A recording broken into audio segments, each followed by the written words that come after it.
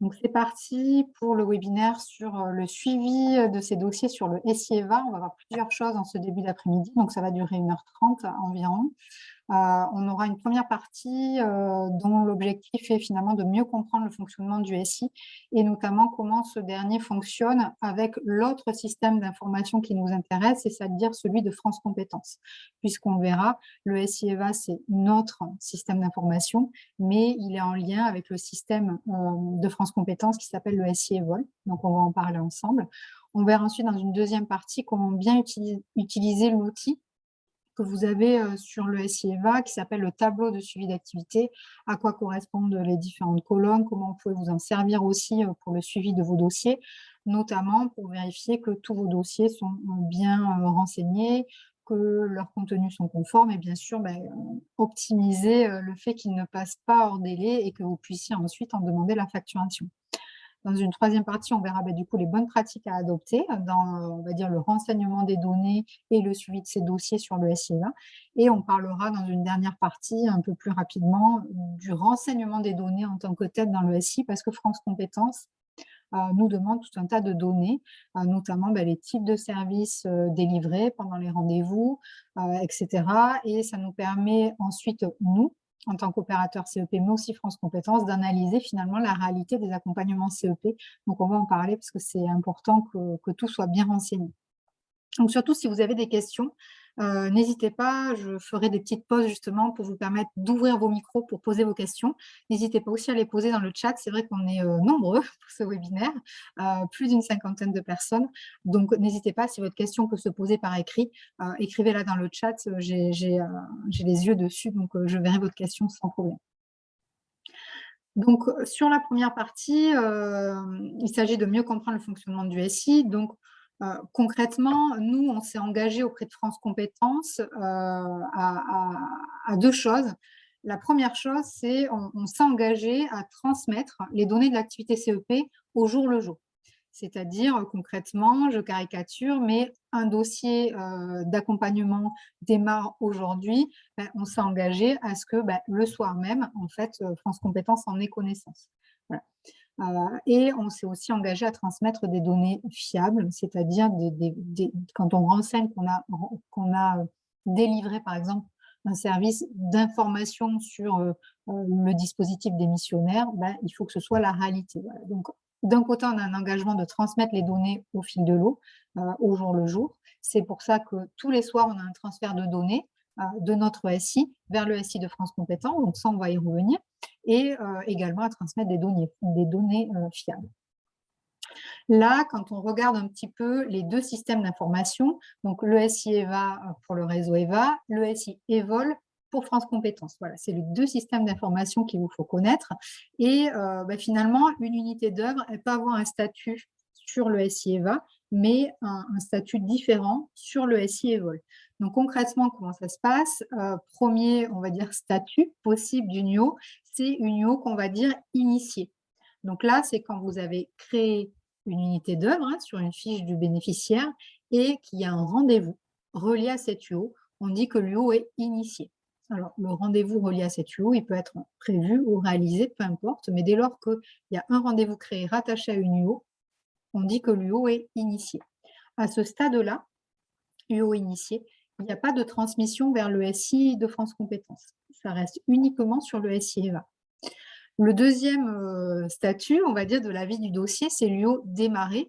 Donc là, c'est quand la présence à un premier rendez-vous a bien été validée. Donc, vous voyez, UO initié, c'est on a créé l'UO et le rendez-vous, et UO démarré, le premier rendez-vous a bien eu lieu. Ça veut dire que vous êtes allé renseigner la présence du bénéficiaire au rendez-vous. Et donc là non plus, pour le moment, le dossier n'est pas transmis sur le système d'information de France Compétences. Ça veut dire qu'à ce stade-là, tant que vous n'avez pas renseigné en fait les autres données, France Compétences ne sait pas que l'unité d'œuvre a démarré. Pour que ça passe au stade suivant, c'est-à-dire que l'UO devienne avec un statut engagé, là, il faut que l'ensemble des obligations obligatoires, des informations obligatoires que nous demande France Compétences soient renseignées. Donc, il y a 2 types d'informations obligatoires, on y reviendra un peu plus loin. Les données obligatoires de la fiche bénéficiaire, c'est-à-dire nom, prénom, adresse, date de naissance, numéro de sécurité sociale, etc. Donc ça, c'est ce que vous avez sur la page d'accueil en fait de la fiche bénéficiaire et toutes les informations où il y a un petit astérisque. Donc ça, on y reviendra. Et vous avez également des données obligatoires pour l'engagement. Donc ça, c'est sur la fiche prestation. On y reviendra aussi. On verra les manipulations ensemble. Et donc, une fois que ces informations obligatoires sont renseignées, là, il y a une transmission de données vers le SI de France Compétences. C'est pourquoi j'insiste sur le fait que finalement, ces informations obligatoires, si on veut tenir l'engagement qu'on a donné à France Compétences de dire Unio démarrez, on vous donne l'information du démarrage de suite, instantanément, au jour le jour, finalement, il faut que le jour même finalement où l'UO démarre, toutes les informations obligatoires soient renseignées. Si ce n'est pas le cas, l'unité n'est pas transmise. En fait, la donnée de l'engagement ne sera pas transmise à France Compétences. Surtout si ce n'est pas clair, vous n'hésitez pas, parce que c'est vrai que tout ça, c'est bien connu pour moi. Donc, si surtout j'utilise un jargon, qu'il y a des choses qui ne sont pas claires, il ne faut pas hésiter à poser une question. On me demande si vous aurez le support. Bien sûr, je vous le transmettrai à la fin du webinaire. Ça va être essentiel que vous l'ayez. Du coup, le statut, on va dire, suivant et le dernier, c'est l'unité d'œuvre clôturée. Une unité d'œuvre clôturée, c'est les informations bilan sont bien complétées sur la fiche prestation de la fiche bénéficiaire et le conseiller et le bénéficiaire ont bien signé le livrable. Il n'y a que, en fait, dans cette condition-là, c'est-à-dire vous avez signé et le bénéficiaire a signé aussi, qui fait que l'unité est clôturée sur le SI Evol. C'est pour ça que parfois, vous pouvez avoir une unité d'œuvre qui est clôturée sur le SI EVA, parce que vous avez signé le livrable, mais tant que le bénéficiaire n'a pas signé le livrable de son côté, l'unité d'œuvre, elle ne sera pas clôturée sur Evol. Voilà. La clôture sur Evol, qui vaut finalement aussi acte de facturation, c'est uniquement quand le bénéficiaire a signé le livrable. Donc voilà un petit peu pour vous présenter les deux systèmes d'information. Alors bien sûr, on va aller un peu plus dans le détail, mais déjà, si vous avez des questions là-dessus, n'hésitez pas. Voilà, ce qu'il faut avoir en tête, de toute façon, c'est qu'il y a bien deux systèmes d'information. Et sur votre SIEVA, vous avez parfois des erreurs, etc. En fait, c'est tout simplement des erreurs de dépôt. C'est-à-dire le SIEVA envoie les données au SIEVOL, mais pour une raison ou une autre, en fait, la transmission ne se fait pas et il y a une erreur. Donc ça aussi, on verra quelles sont les principales erreurs, qu'est-ce que vous pouvez faire aussi pour éviter d'avoir des erreurs de dépôt à l'engagement ou à la clôture, de façon à ce que France Compétences ait bien connaissance de toutes les unités d'œuvre que vous délivrez, tout simplement. Donc, si on résume, donc ça c'est ce que je viens de dire, hein, pour que le démarrage de l'UO soit officiellement connu, il faut que vous ayez donc renseigné la présence au rendez-vous et que vous ayez renseigné les informations obligatoires. Ça, c'est obligatoire, sinon France Compétences n'a pas connaissance en fait du démarrage de l'UO. Et pour que la clôture de l'UO soit bien effective, le livrable doit être signé par le bénéficiaire. Sur le SIEVA, ça donne quoi? C'est-à-dire comment vous pouvez voir quel est le statut des dossiers, à la fois sur le SIEVA et sur le SIEVOL. En fait, vous avez sur la fiche du bénéficiaire le parcours CEP. Donc, c'est ce que vous avez, ça, c'est une capture d'écran de ce que vous avez sur la page d'accueil, hein, quand vous allez sur une fiche bénéficiaire. Donc, concrètement, vous avez une première colonne qui est l'identifiant, le numéro du dossier, en fait, qui est attribué par France Compétences. Donc là, dans cette première colonne, s'il y a un numéro de dossier, ça veut dire que France Compétences a bien connaissance du dossier. Donc déjà, ça peut vous donner une idée. Est-ce que France Compétences, voilà, est-ce que l'unité d'œuvre a bien été transmise à France Compétences? Dans le cas ici, on voit effectivement qu'il y a un numéro de dossier. Donc, l'unité d'œuvre est bien connue de France Compétences puisqu'il y a un numéro de dossier qui lui a été attribué tout simplement. Ensuite, vous avez une colonne date de début. Donc, la date de début officielle de l'unité d'œuvre, ce sera toujours celle du premier rendez-vous validé. Donc, dès lors que vous validez un premier rendez-vous, la date officielle de démarrage, des fois, elle bouge, elle se transforme, ça devient forcément, voilà, la date de début égale date du premier rendez-vous validé. Donc ça, il faut l'avoir en tête aussi. Et ensuite, vous avez l'état du dossier. Ça, c'est l'état du dossier sur le SIEVA. C'est vrai que ça aurait pu être mentionné, état du dossier SIEVA, mais ça ne l'est pas, donc je vous l'indique. Donc là, c'est l'état du dossier sur le SIEVA. Donc là, on voit par exemple que le dossier est clôturé. Donc c'est une UO1, dossier clôturé sur le SIEVA. En fait, un dossier, il est clôturé sur le SIEVA dès lors que vous avez généré le livrable et que vous l'avez signé, vous, conseiller. Voilà. Ensuite, vous avez une colonne, et ça, c'est en fait l'état du dossier sur le SI Evol. Et donc là, vous avez plusieurs choses sur cette colonne-là. Vous avez la date du dernier envoi. Donc, dernier envoi, c'est la date où le SIEVA a envoyé pour la dernière fois des données. Donc là, on voit par exemple que la dernière transmission de données du SIEVA vers le SIEVOL pour ce dossier, c'était le 24 février. On voit également quel est le statut de cette unité d'œuvre sur Evol. Donc là, sur Evol, on voit que l'unité, elle est engagée et qu'elle n'est pas clôturée. Donc là, tout simplement, ça s'explique puisqu'on voit ici que ce dossier-là, il est en attente de signature. Le bénéficiaire n'a pas encore signé le livrable. Donc, le dossier est clôturé sur le SIEVA, mais sur le SI Evol, il n'est pas encore clôturé. L'UO sera clôturé que quand le bénéficiaire aura signé le livrable.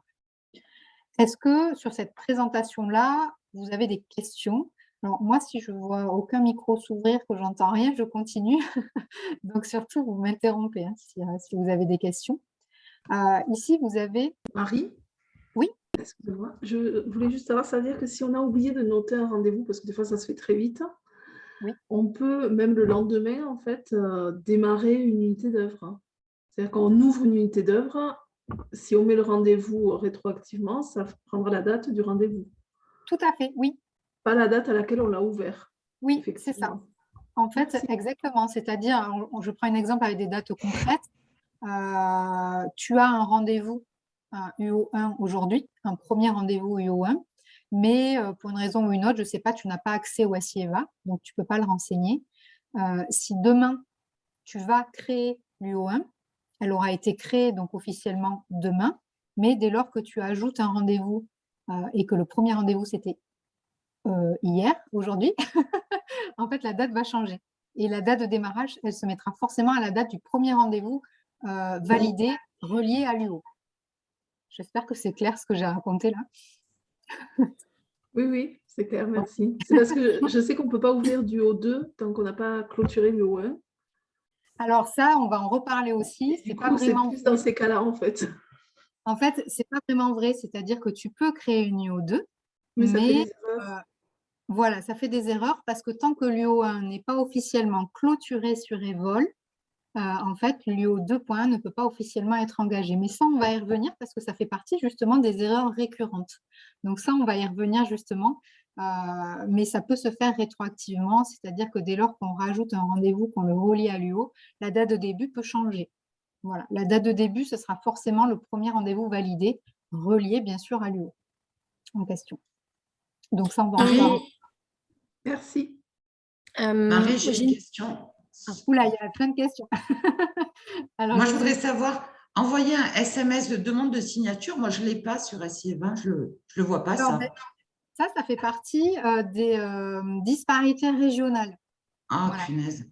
Alors, parce que je suis obligée de faire les SMS à chaque fois puisqu'ils ne reçoivent pas les mails. Alors, ça, on va y revenir aussi parce que ça fait partie des bonnes pratiques, le fait de relancer pour la demande de signature.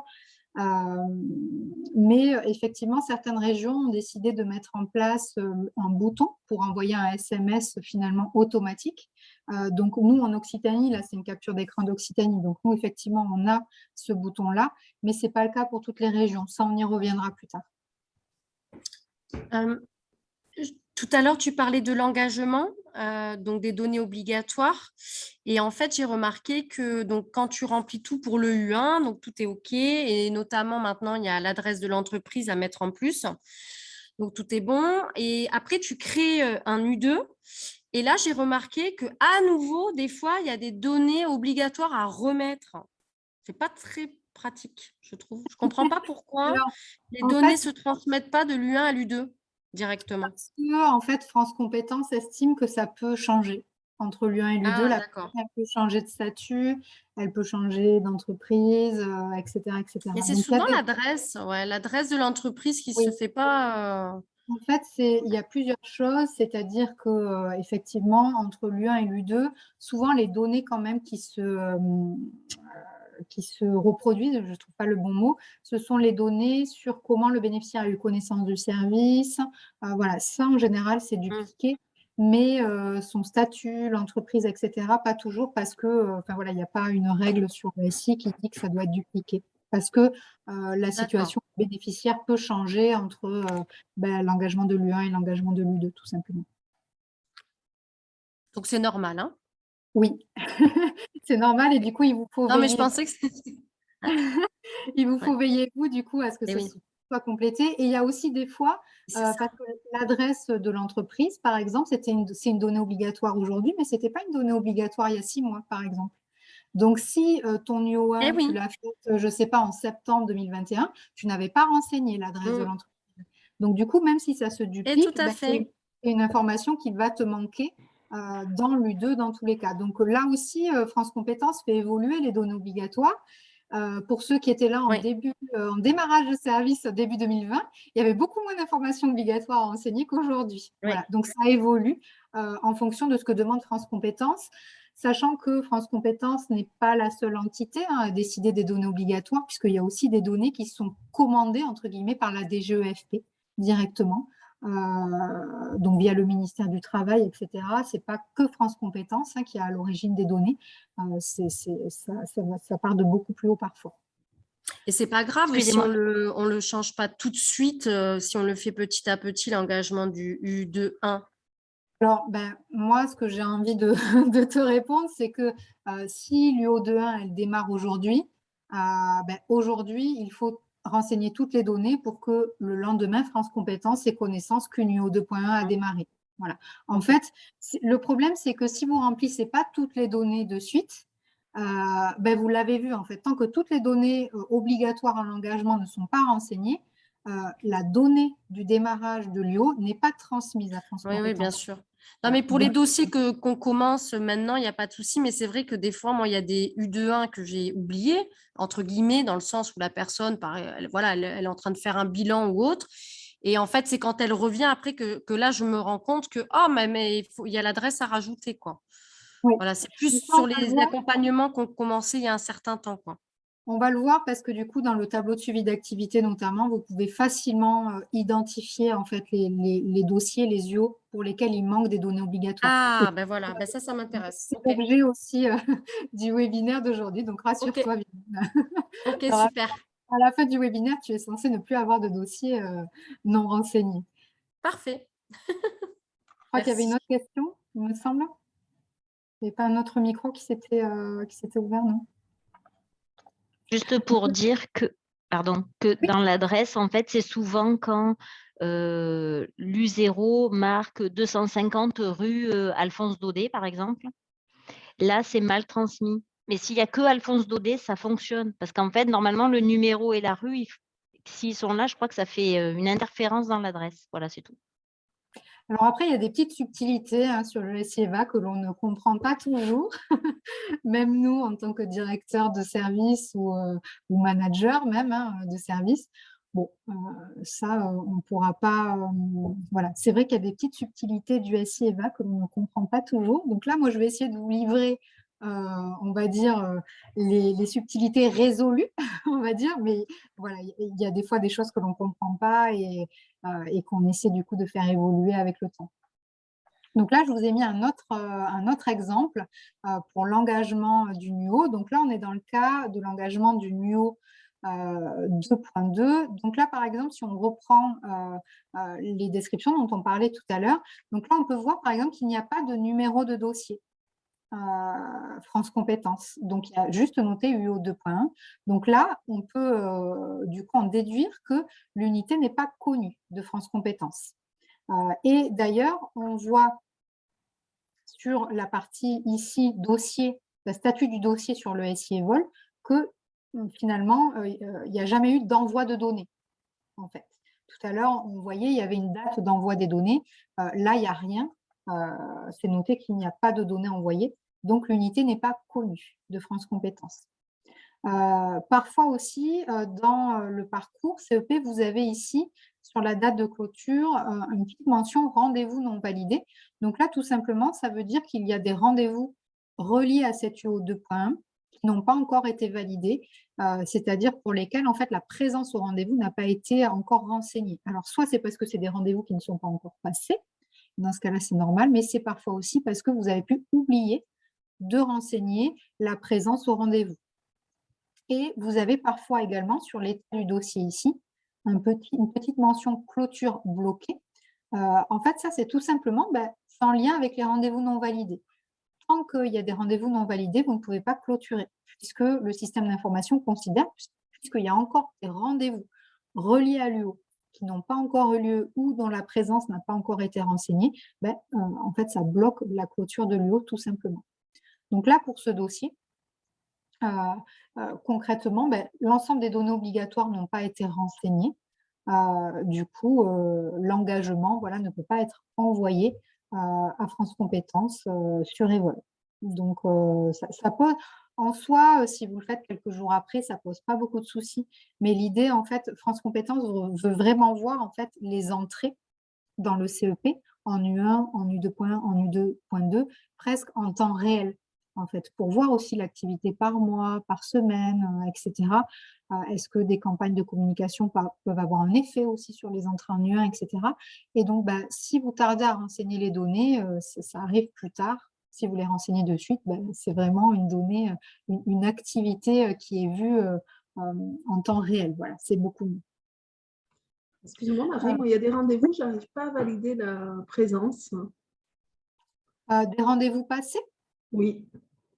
Ça me dit que ce rendez-vous ne peut pas être modifié, c'est normal? Alors, il faudrait voir concrètement ce qui bloque. Alors, c'est vrai que là, Oui, comme ça, sans avoir l'exemple, c'est un peu compliqué. Mais de toute façon, quand vous avez comme ça des blocages sur le système d'information, alors ça dépend de la procédure régionale que vous avez. Nous, en Occitanie, on a une personne qui est référente sur tous les problèmes du SIEVA dans l'équipe du mandataire. Donc, si c'est le cas dans votre région, vous contactez le mandataire. Et sinon, vous avez aussi un bouton sur le SIEVA assistance. Je ne sais pas si vous l'avez tous déjà vu. En fait, c'est un petit bouton aide que vous avez en fait en bas à droite quand vous êtes connecté au SIEVA. Et donc, quand vous êtes bloqué, vous pouvez aussi utiliser ce bouton aide et envoyer un mail à l'assistance. Après, il ne faut pas hésiter à demander aussi au mandataire parce que des fois, c'est des choses que nous, on peut débloquer. Voilà. Donc là, il faut voir, c'est vrai qu'il y a plusieurs cas de blocage qui peuvent bloquer des renseignements de présence, mais mettez pas ça sous le tapis quand vous êtes bloqué. Rapprochez-vous du mandataire de votre région pour voir concrètement ce qui peut être mis en place de façon à avoir des données vraiment correctes qui sont renseignées. Ce que vous pouvez voir aussi, c'est, vous voyez, lorsque toutes les données engagement en fait, sont correctement renseignées, vous avez un petit livrable jaune là qui apparaît sur la fiche du parcours. Donc là, par exemple, donc ça c'est une petite subtilité, je ne sais pas si vous l'aviez remarqué, mais ça pourra vous servir pour la suite. Là, vous voyez, sur le cas d'en haut, il n'y a pas le petit livrable jaune. En fait, il n'y a que la poubelle rouge pour supprimer l'UO. Alors que quand vous avez renseigné toutes les données, il y a le petit livrable jaune en fait, qui apparaît. Ça veut dire en fait qu'on peut générer le livrable, tout simplement. Et le livrable, on ne pourra le générer que quand toutes les données sont renseignées. Voilà. Excusez-moi, Marie. Oui. Je ne vois pas le bas de ta page. Est-ce que c'est que moi ou… Moi, je vois lorsque toutes les données engagement. Ouais, on ne voit pas le bas de la page. Non, il n'apparaît pas. Je ne sais pas comment… Merci. Du coup, on voit pas peut-être un peu ta page, je ne sais pas comment… Contrôle souris. Donc, on va essayer, mais… Oula, non, c'est pas ça. Parce que là, je suis en pleine… Je pense que c'est normal, en fait.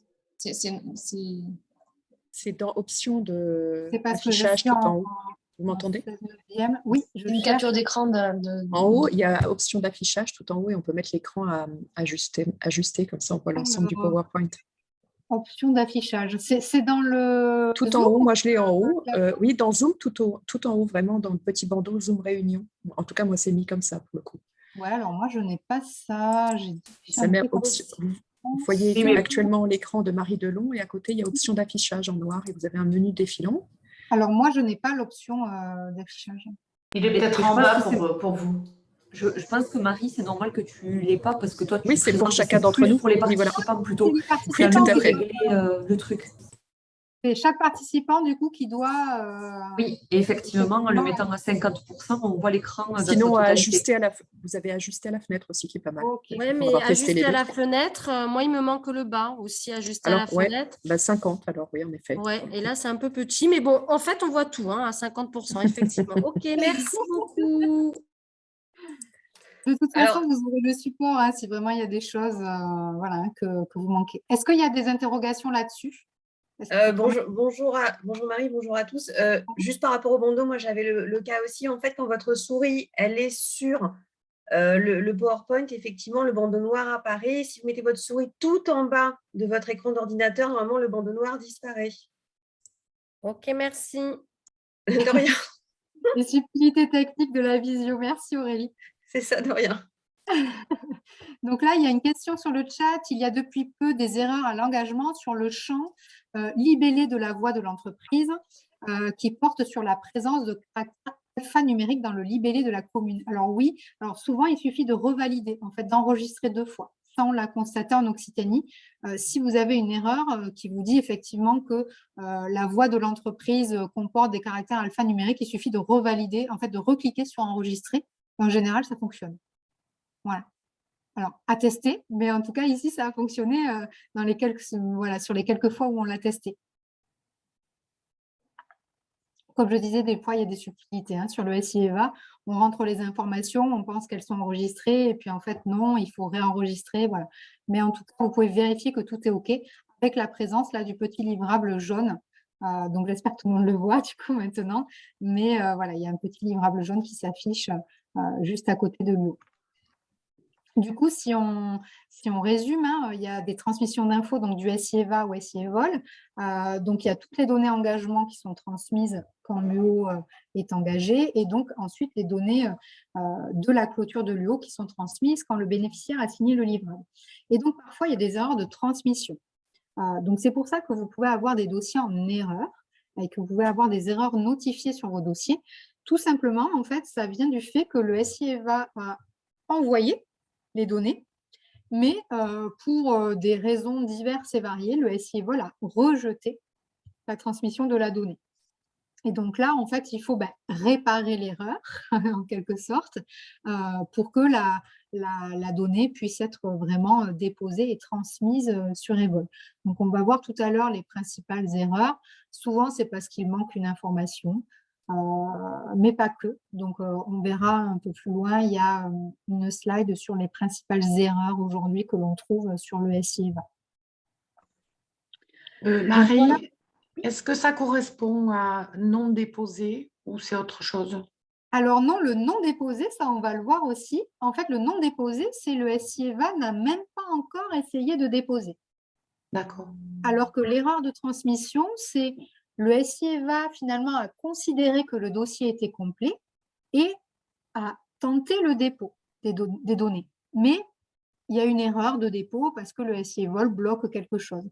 La colonne non déposée, c'est vraiment le SIEVA n'a même pas tenté quoi que ce soit en termes de dépôt. Donc ça, on va le voir justement, ça fait la transition avec la partie suivante qui est l'utilisation du coup du tableau de suivi d'activité, puisque les dossiers non déposés dont tu parles, ça fait partie en fait des dossiers que vous pouvez retrouver dans le tableau de suivi d'activité. Ce tableau de suivi d'activité, en fait, pour y aller, vous y avez tous accès. Quand vous êtes sur le SIEVA, vous avez un onglet ici, statistiques. Alors, je vais le faire en direct. Hop, ce sera plus simple. Est-ce que vous voyez bien la page Internet là, qui s'ouvre? Oui. Oui. OK. Donc, très bien. Donc, quand vous êtes sur le SIEVA, je vais zoomer un petit peu. Vous avez ici un onglet statistiques et un onglet à l'intérieur tableau prédéfini. Vous cliquez dessus. Alors moi, en tant que mandataire, j'ai tout un tas de tableaux, etc. Vous, ce qui vous intéresse, c'est le tableau de suivi d'activité. Et donc là, alors, moi, je peux voir tous les dossiers de toute la région Occitanie, mais vous, en tant que conseiller, vous n'allez voir que vos dossiers. Et donc, vous allez pouvoir justement, si vous voulez voir tous vos dossiers, je ne sais pas, depuis que vous êtes là, donc imaginons que vous êtes rentré en janvier 2020, vous faites partie des anciens, vous sélectionnez tous vos dossiers entre janvier 2020 et par exemple fin décembre 2022. vous choisissez ou pas les UO que vous voulez. Alors, vous pouvez toutes les sélectionner. Alors, je prends quand même un conseiller parce qu'il faut, sinon il y aura trop de lignes. Hop, je prends au hasard.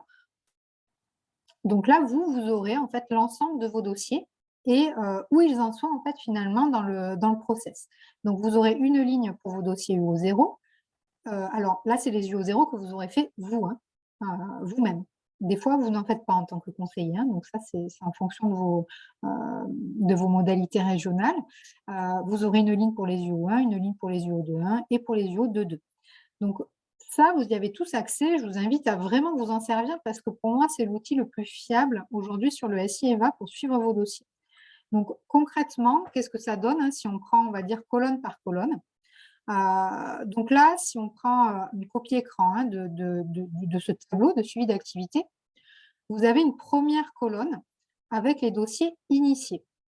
Tout à l'heure, on a vu ce qu'était un dossier initié. Un dossier initié, c'est quand une UO finalement a été créée et qu'il y a un rendez-vous relié à cette UO. Donc là, par exemple, si je prends cette conseillère, on peut voir que sur l'année 2021, elle a eu 331 dossiers UO1 initiés et 167 dossiers UO2.1 initiés. L'étape de vie finalement du dossier ensuite, c'est l'étape dossier démarré.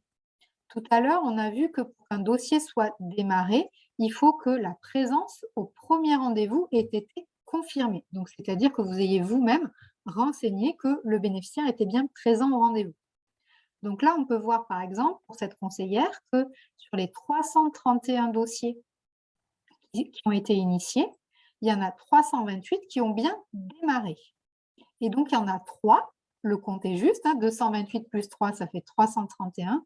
Il y en a 3 qui sont programmés, c'est-à-dire dont le rendez-vous n'a pas encore eu lieu, tout simplement.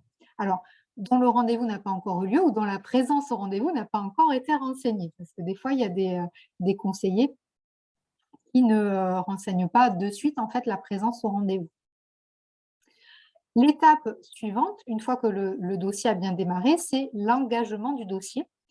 Et donc là, on l'a vu, pour que l'engagement soit réussi auprès de France Compétences, il faut que les informations obligatoires à l'engagement soient bien renseignées. Et donc là, vous pouvez voir par exemple pour cette conseillère que sur les 328 UO1 qui ont démarré, il n'y en a que 328 qui sont bien connus finalement de France Compétences. Ici, c'est la colonne en fait du dépôt de la donnée engagement auprès de France Compétences. Donc, l'objectif pour vous, c'est de n'avoir des dossiers que dans la colonne réussie ici. Voilà. Des fois, donc tout à l'heure, on parlait des dossiers non déposés. Donc là, par exemple, on peut voir que sur les 328 dossiers démarrés, il y en a 2 qui n'ont pas encore été déposés auprès de France Compétences.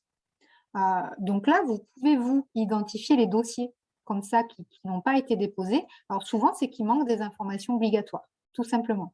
Il suffit de cliquer sur ces dossiers pour aller voir ce qui manque, ce qui pose souci. Parfois aussi, vous pouvez avoir des dossiers en erreur de dépôt. Donc on l'a vu, les erreurs de dépôt, c'est quand le SI-EVA a considéré que tout était complet, qu'il a envoyé la donnée sur le SI-EVOL de France Compétences, mais pour une raison ou une autre, il y a un blocage de la part de EVOL. Donc là aussi, on peut aller... Alors, pour cette conseillère-là, elle n'a des dossiers en erreur qu'en UO 2.2. Donc, il suffit d'aller cliquer sur les dossiers pour voir quelle est l'erreur et tenter de la rectifier, tout simplement. Si on continue dans le cycle de vie ensuite du dossier, une fois que le dossier a été engagé auprès de France Compétences, il va pouvoir soit être abandonné, soit être en cours, soit être finalisé finalement. Donc là, c'est ce qu'on peut constater. C'est-à-dire que si on prend les 326 dossiers qui sont bien officiellement engagés, on voit que pour cette conseillère-là, sur ces 326 dossiers, il y en a 33 qui ont été abandonnés, il y en a un qui n'est pas encore finalisé et il y en a 292 qui sont finalisés. Et donc là, normalement, le compte est bon, on arrive à 326. 292 plus 1 plus 33, 326. Alors, ne me demandez pas pourquoi, des fois, il y a des erreurs de calcul dans ce tableau. Ça ne tombe parfois pas juste. Ça, c'est une subtilité, par exemple, du SI-EVA. voilà, qu'on a du mal des fois à comprendre. Des fois, il y a des erreurs en fait, de calcul de somme, hein, tout simplement. Mais là, dans cet exemple-là, ça tombe juste, on a de la chance. Concrètement, un dossier finalisé ici, c'est tous les dossiers en fait, que vous-même, en tant que conseiller, vous avez finalisé, c'est-à-dire pour lesquels vous avez généré un livrable que vous avez vous-même signé. Voilà. Les dossiers non finalisés, c'est les dossiers qui sont en cours, c'est-à-dire où vous n'avez pas encore rédigé de livrable. Les dossiers abandonnés, c'est ceux sur lesquels vous avez appuyé sur le bouton abandon, tout simplement. Et donc ensuite, vous pouvez voir aussi que là, sur les 292 dossiers finalisés par cette conseillère, il y en a 2 qui ne sont pas encore signés par le bénéficiaire. Et donc là, en cliquant dessus, vous pouvez voir quels sont les dossiers concernés et les relancer éventuellement. Donc ça, on en parlera tout à l'heure dans les bonnes pratiques. Et ensuite, vous avez la dernière colonne, pas des moindres, parce que c'est ce qui génère la facturation. C'est-à-dire que seuls les dossiers qui sont dans cette colonne ici, c'est-à-dire clôture France Compétences réussie, seuls ces dossiers-là pourront être finalement facturés. Donc là, il vous faut vérifier également que tous vos dossiers, finalement, sont bien dans cette colonne-là, tout simplement. Là, si je reprends ce tableau-là, la logique, 292 dossiers finalisés par la conseillère. Il y en a 2 qui ne sont pas encore signés. Donc, ça fait qu'en gros, il y en a 290 qui sont bien officiellement clôturés, c'est-à-dire qui sont signés par le bénéficiaire. Sur ces 290 dossiers qui ont donc été transmis à la clôture chez France Compétences, il y en a 288 qui ont bien réussi. Il y en a un qui n'est pas encore déposé. Alors, un dossier non déposé en clôture, il peut y avoir plusieurs explications. Ça peut être que le SIEVA n'a pas encore déposé, parce que le dépôt, ça se fait pendant la nuit. Donc, du coup, c'est possible. Parfois, si le bénéficiaire signe, par exemple, cet après-midi, le dossier sera déposé que demain. Donc, vous pouvez avoir des dossiers non déposés. Et parfois aussi, c'est parce que vous avez une procédure qualité dans votre région. Alors, en Occitanie, par exemple, ce n'est plus le cas, mais dans d'autres régions, en fait, une fois que le bénéficiaire a signé, il y a un manager ou le mandataire qui va en fait finalement vérifier, contrôler finalement le livrable et valider ou non le dépôt. Et donc, s'il n'a pas encore contrôlé, ça peut être dans cette colonne non déposée.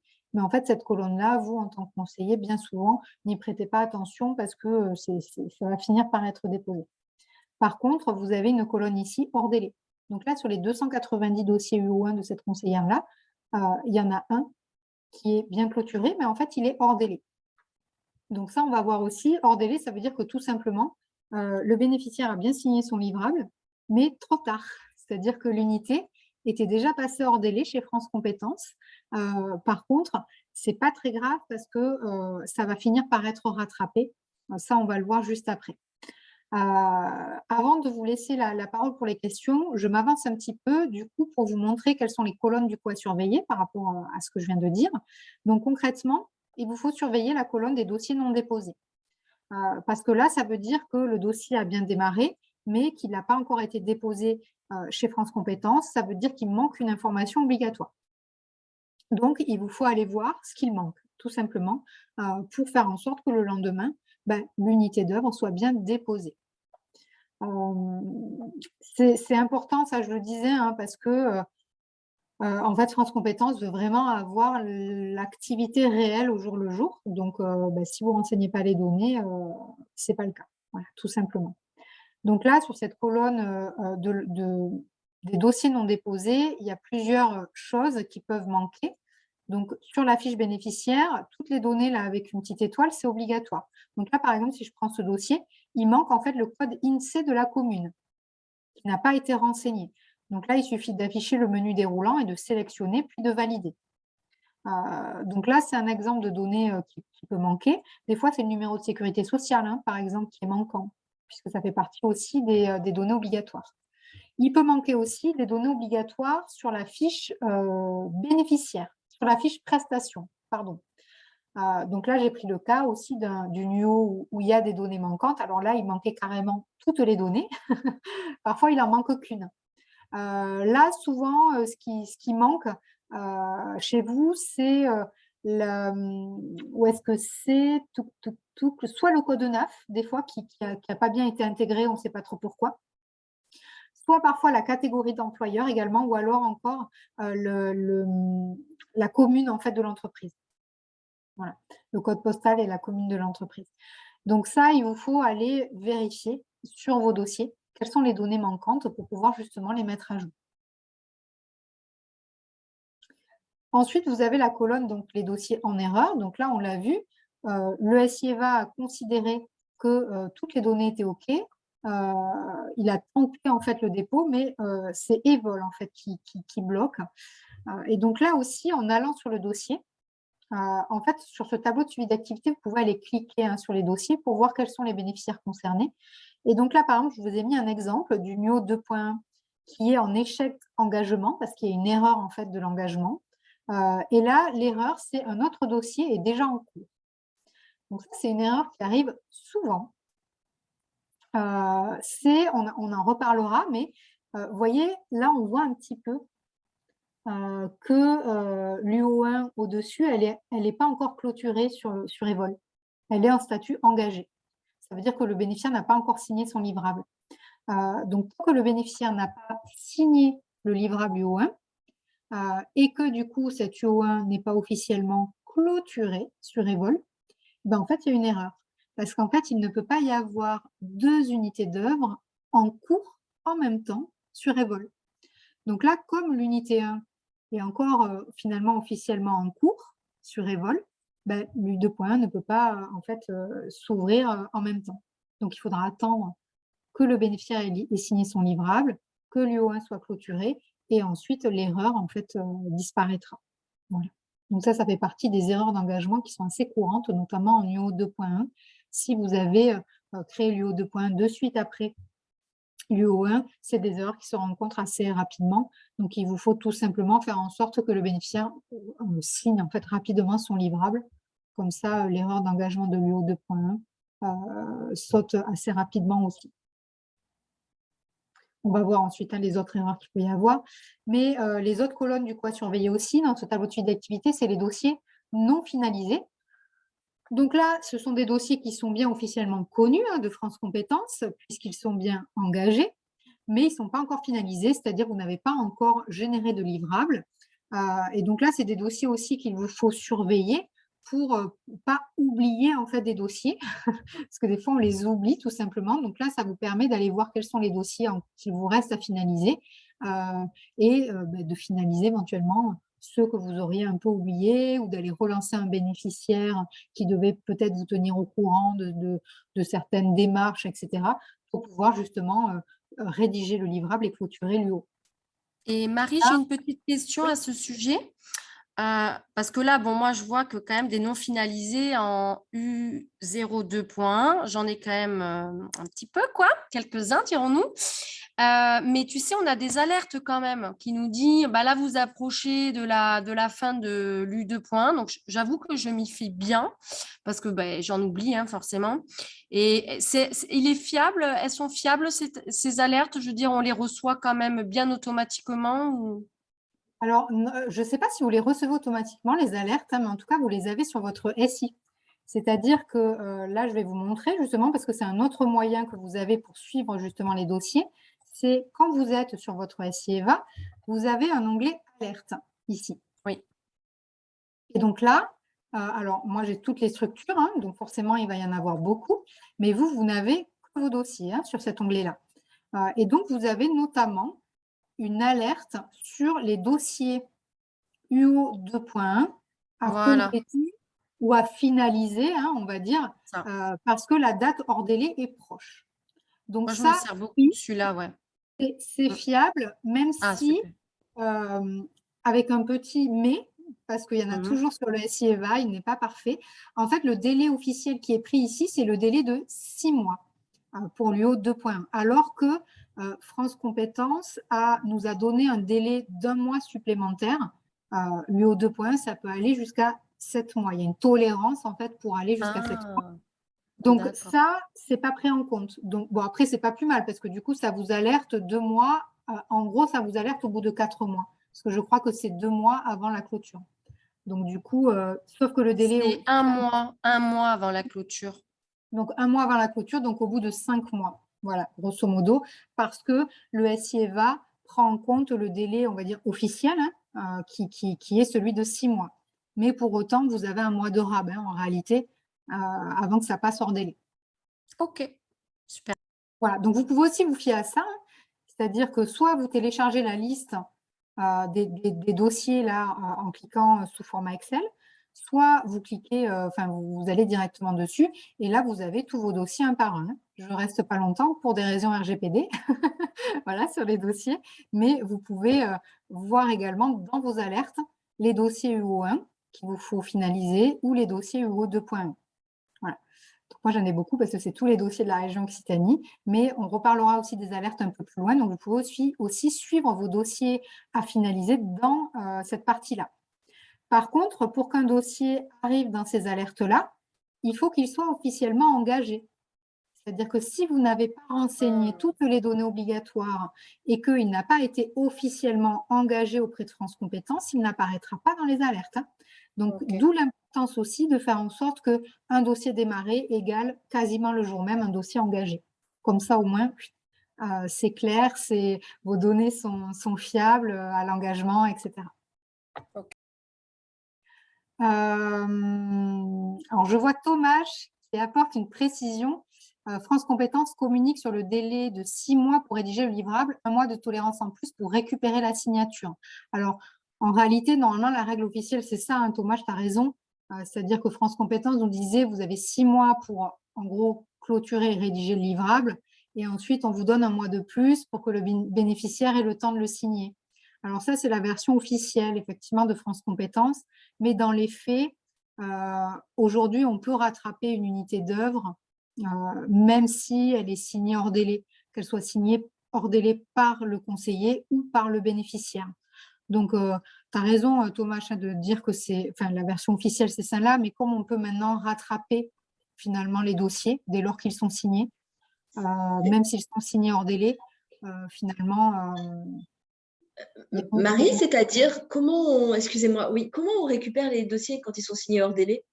Alors, ça fait partie des autres, on va en parler, ça fait partie des colonnes suivantes. Je vais y venir, Karine, du coup, ça fait partie, on va en parler là. Merci. En hors délai. Du coup, je continue juste pour ne pas perdre le fil. Il y a d'autres questions sur le chat, notamment là-dessus, donc ne vous inquiétez pas, je vais y répondre. En tout cas, pour les dossiers non finalisés, en cliquant aussi là-dessus, vous pouvez avoir la liste. Bien sûr, vous pouvez regarder la date d'engagement. Et donc, là, si je prends les dossiers de cette conseillère-là, on voit qu'il y a un dossier, par exemple, qui a UO 2.1 qui a commencé en avril 2021. Donc, celui-là, clairement, voilà, il est vraiment vieux. Il va falloir s'occuper de le clôturer, de le terminer. Après, vous le savez, voilà, là, je vous ai mis les délais de réalisation. Alors, 2 mois pour l'U1, 6 mois pour l'UO 2.1. Il y a une tolérance d'1 mois supplémentaire, mais le mieux, comme le dit Thomas, c'est de faire dans les 2 mois et dans les 6 mois, hein, voilà, de ne pas en fait déroger à la règle, on va dire, qui est normalement notée dans le cahier des charges, hein, notamment. Pour l'UO 2.2, le délai de réalisation, donc c'est 18 mois à compter de la date d'engagement de l'UO 2.1. Donc, dès lors en fait, que ce délai de réalisation-là est dépassé, l'unité, elle passe hors délai sur le système d'information de France Compétences. Mais elle ne passe pas forcément hors délai sur le SIEVA. Vous la voyez toujours comme une unité en cours, hein. Voilà. Donc, vous pouvez parfois aussi avoir des unités qui sont en cours sur le SIEVA, mais pour autant, elles sont déjà hors délai sur Evol, parce que vous avez dépassé les 3 mois ou les 7 mois. Donc là, on va voir ensemble que vous pouvez toujours, si vous finalisez, que vous faites signer le livrable, vous pourrez quand même facturer cette unité-là, on va le voir ensuite. Mais voilà, il faut avoir en tête qu'au bout de 3 mois et au bout de 7 mois, pour les 2.1, le dossier sur Evol, chez France Compétences, il passe hors délai. C'est automatique, en fait. Par contre, alors ça, j'en profite pour faire un petit rappel, même si ce n'est pas l'objet réellement du webinaire. Si vous voyez que vous avez une UO 2.1 qui va bientôt passer hors délai, on a la possibilité de demander l'allongement de la durée de l'UO 2.1, justement pour éviter qu'elle passe hors délai, notamment quand on sait que ça va prendre du temps, que le bénéficiaire, par exemple, je ne sais pas, il est en arrêt maladie pendant 2-3 mois, donc il ne pourra pas faire de démarche, ou quand on sait que le bénéficiaire il est parti faire un bilan de compétences, par exemple, et qu'il ne reviendra pas avant 2-3 mois, voilà, on peut finalement demander à allonger la durée des UO 2.1 et des UO 2.2 également. Donc ça, il faut vous rapprocher de votre mandataire régional pour voir finalement voilà, comment ça se passe, quelle est la procédure dans votre région, mais c'est possible. Ça évite tout simplement à l'unité de passer hors délai. Et comme ça, vous avez un peu plus de temps pour finaliser le projet, finaliser le livrable, etc. Vous avez aussi donc une colonne à surveiller qui sont les dossiers sans livrable signé.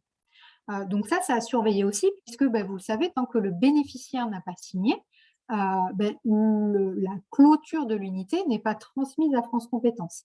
Et donc, il n'y a pas de facturation sans livrable signé par le bénéficiaire. Donc ça, c'est à surveiller aussi. Et donc, dans le tableau de suivi d'activité, vous pouvez cliquer et voir en fait quels sont les dossiers concernés. Donc là, vous pouvez notamment, alors comme je le disais tout à l'heure, selon la région, vous avez un bouton ou pas pour envoyer un SMS, par exemple, de relance.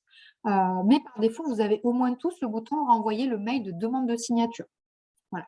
Donc, vous pouvez aller sur vos dossiers pour relancer directement. Là-dessus, qu'est-ce que je voulais dire? Oui, c'est dans les bonnes pratiques tout à l'heure que je l'ai mis, donc on en parlera tout à l'heure. Et ensuite, donc, vous avez la colonne en erreur. Donc ça, c'est là, par exemple, l'erreur qui se voit beaucoup en ce moment, l'erreur de clôture. Donc, le bénéficiaire a bien signé le livrable. Donc, le SIEVA transfère au SIEVOL, mais le dossier est en erreur de clôture. Ça veut dire que EVOL, finalement, n'arrive pas à le clôturer.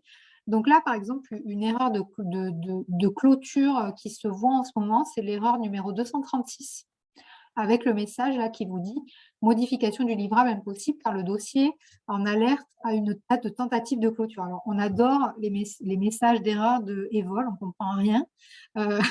Donc, je vous fais la traduction. Cette erreur-là, c'est parce que, en fait, finalement, avant d'être clôturée, France Compétences a une alerte pour aller contrôler cette unité-là. Et souvent, c'est parce qu'il y a un doublon en fait, d'unité d'œuvre. Imaginons, vous avez fait une première UO1 pour un bénéficiaire. Il revient plusieurs mois après avec une demande différente, etc. Du coup, vous refaites une UO1.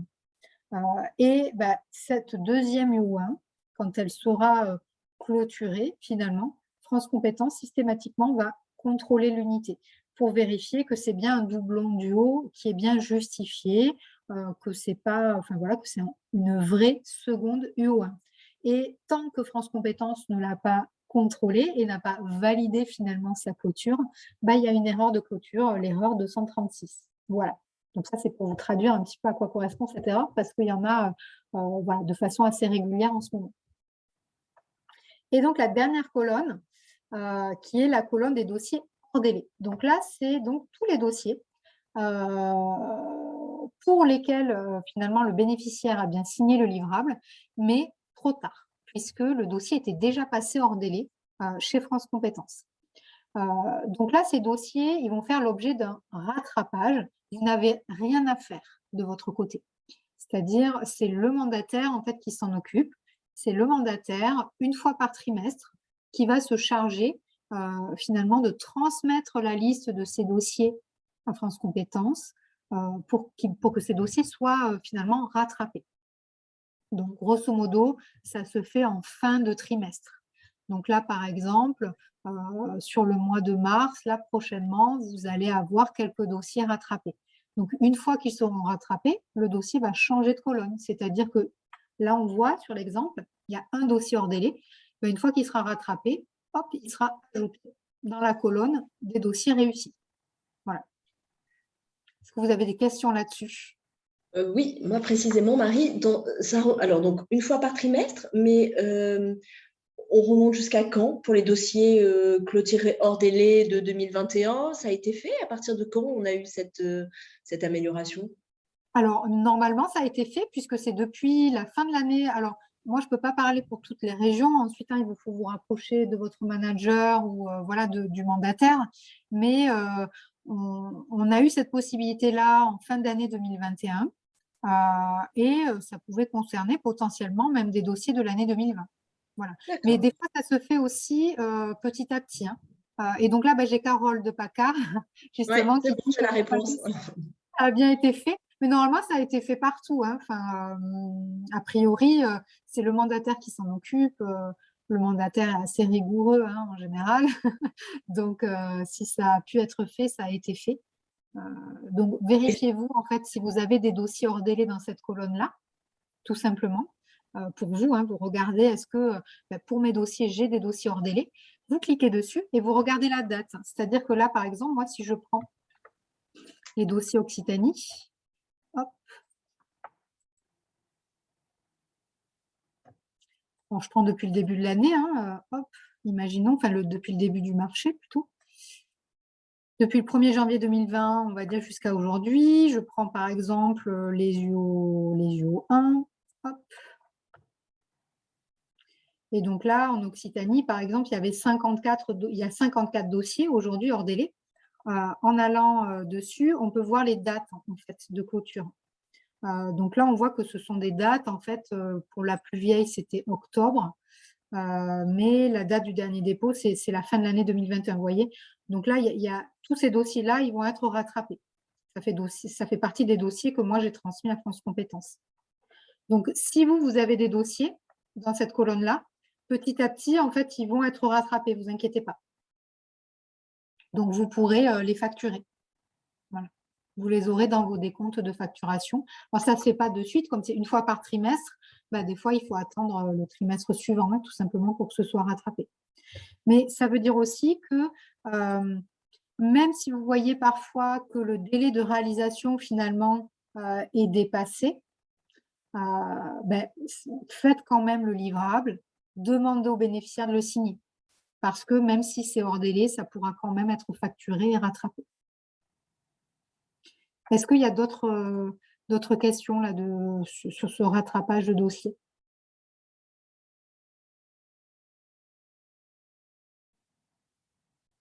Bon, très bien. Oui, Marie, excuse-moi, j'ai une question. Là, justement, j'ai été voir mes dossiers U01 non signés. Et dans mon tableau, 2 petites secondes, alors pour 2 bénéficiaires, en fait, il est marqué code erreur. Donc parce qu'en fait, la dernière colonne, il y a écrit erreur dernier dépôt FC. Il y a écrit l'utilisateur n'a pas la permission de modifier ce dossier.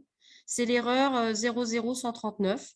Donc, c'est marqué dans mon tableau de finaliser mais sans livrable signé. Alors ça, c'est bizarre, mais on peut aller voir. Parce que peut-être… Alors, est-ce que ça ne te dérange pas, Violaine, qu'on aille sur tes dossiers? Non, pas du tout.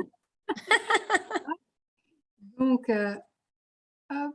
Donc, c'est dans les U01 et c'était en 2021. Ça nous sert de cobaye. C'est ça. Ça peut aider aussi d'autres personnes, donc je me permets de m'arrêter. C'est pas parce que l'Occitanie que j'ai fait une faveur, c'est parce que je me dis que ça peut aider tout le monde. C'est 2021, donc tu m'as dit… Oui, 2021. J'ai deux bénéficiaires comme ça où il y a marqué ça. Sur la liste des livrables… Des non signés. Ouais, des U01. Alors, je ne les ai pas, moi. Pourquoi? Finalisé, mais sans livrable signé. Ouais, c'est des U01. Alors, attends, parce que peut-être qu'il faut aller…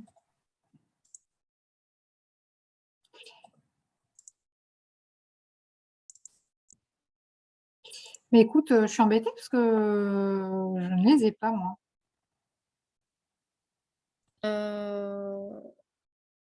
Ah oui, c'est vrai, c'est bizarre. Ah ouais, c'est étrange. L'erreur dont tu parles, là, c'est l'erreur 39, non, il me semble. Oui, c'est ça. Voilà, à force, on les connaît par cœur, les erreurs. Oui, c'est celle-ci. ça fait partie des erreurs. Alors, attendez, pour le coup, j'ai une diapo, je crois, qui parle des erreurs. Non, je ne l'ai pas mis celle-là. Mais en général, en fait, cette erreur, ça provient du fait que l'unité, justement, est déjà hors délai chez France Compétences. Et donc, on ne peut pas changer le statut, en fait, tant que c'est France Compétences qui doit le décider.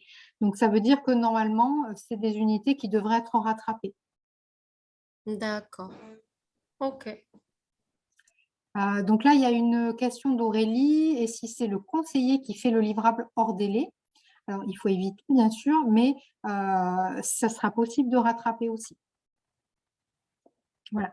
En fait, on peut rattraper tous les hors délais, qu'ils soient signés hors délai par le conseiller ou par le bénéficiaire. Voilà. Bon, il faut éviter, hein, bien sûr, autant que possible, mais même si c'est le conseiller qui tarde un peu à finaliser le livrable, c'est OK aussi. J'avais une petite question sur les dépôts France Compétences à l'engagement. Oui. Quand on a été alerté sur le libellé, on va dire, de l'adresse qui n'était pas reçue en UO2-1, par exemple, et qui empêchait donc l'engagement, je suis allée voir donc sur cette manipulation-là, hein, sur le tableau d'activité, et en fait, je ne vois pas que c'est non déposé. Je suis en fait obligée d'ouvrir toutes les UO2-1 qui sont en cours pour voir s'il y a des erreurs à l'engagement, parce qu'elles n'apparaissent pas en fait dans la partie non déposée. Est-ce que c'est normal ou est-ce que… Non, non, c'est pas normal parce que normalement, s'il manque une information, elle n'est pas censée être engagée. Oui, je ne le vois pas sur ce tableau-là. Alors, sauf si, alors que là, quand vous vous connectez sur le SIEVA, vous avez dans le tableau là de suivi d'activité, Oui. vous avez rien dans la colonne non déposée. Non, rien du tout. Alors, des fois, c'est parce que les dates, voilà, peut-être les dates sont mal renseignées, ou parce qu'il faut mettre la date de démarrage et pas la date de création. Voilà. En général, au moins, je prends la date de début toujours au 1er janvier 2021. Donc, je suis quand même assez large au niveau de l'engagement, et même malgré ça, je ne les retrouve pas. Donc, alors là, je n'ai pas vraiment d'explication. Il faudrait se tourner vers le manager ou le mandataire. Parce que là, moi, vous voyez, ça marche bien. C'est-à-dire qu'en UO1, aujourd'hui, j'ai 69 dossiers sur 15 000 qui ont démarré qui ne sont pas déposés. En Occitanie, hein, voilà, je parle. Et quand on va cliquer dessus, on voit bien, je prends l'appareil au hasard. C'est pas très bien d'enregistrer des données de personnes. Mais on peut voir, on va pouvoir voir ce qui manque. Hein. Là, par exemple, il manque le NIR. Oui. Et d'ailleurs, c'est noté ici, vous voyez, c'est non engagé. Et quand on clique dessus, ça met la fiche prestation n'est pas remplie ou les champs obligatoires ne sont pas renseignés. Donc, normalement, c'est censé marcher. Hein. Enfin, vraiment. Alors, parfois, il y a des cas aussi où l'unité, finalement, a été engagée. Et puis, quelques mois après, il y a une nouvelle donnée obligatoire qui s'est ajoutée. Et donc, on vous demande de la renseigner, mais le dossier est bien engagé quand même. Et du coup, ça n'apparaît pas. Je pense que c'est ça. Je pense que c'est ça, puisque ce sont des UO2-1, en fait. Ouais. Donc, ça peut… voilà, parfois, il y a des subtilités aussi, hein, comme je disais, qu'on ne comprend pas très bien. Mais dans la majorité des cas, quand même, le tableau de suivi d'activité, il reste… franchement, à 99% fiable pour suivre vos dossiers, clairement.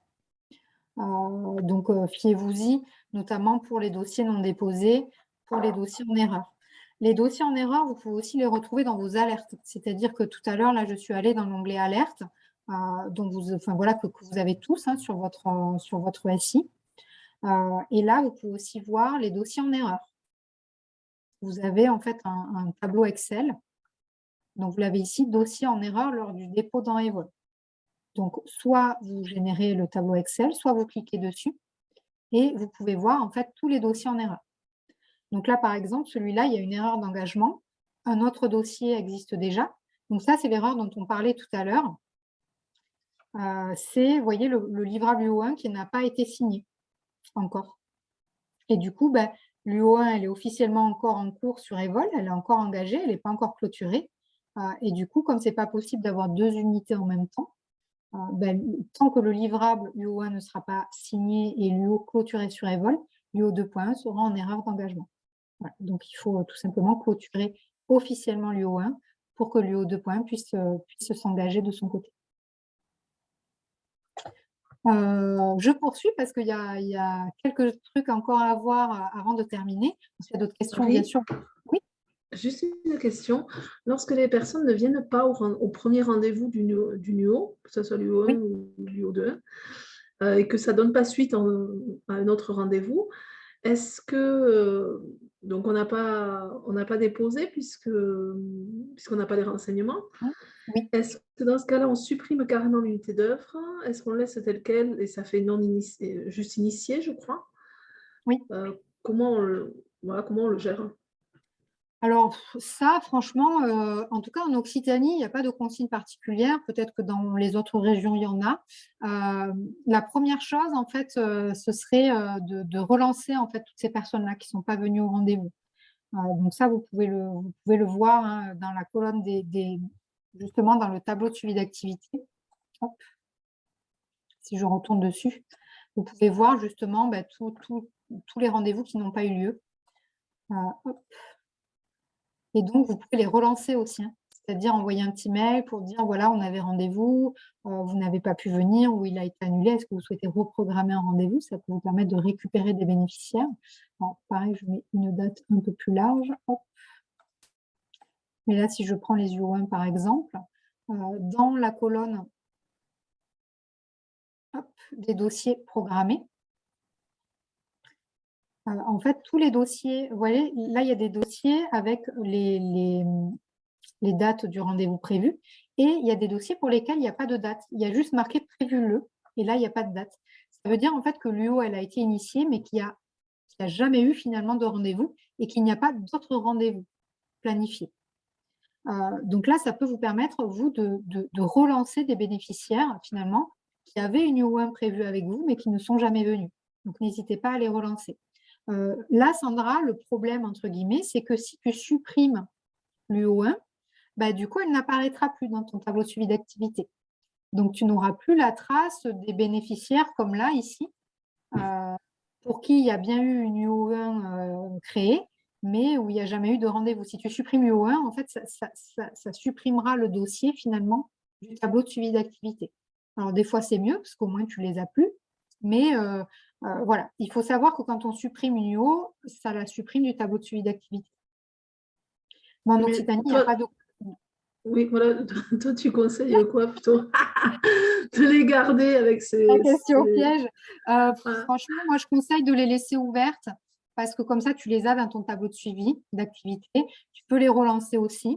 C'est plus facile en fait pour les identifier et pour les relancer. Voilà. D'accord.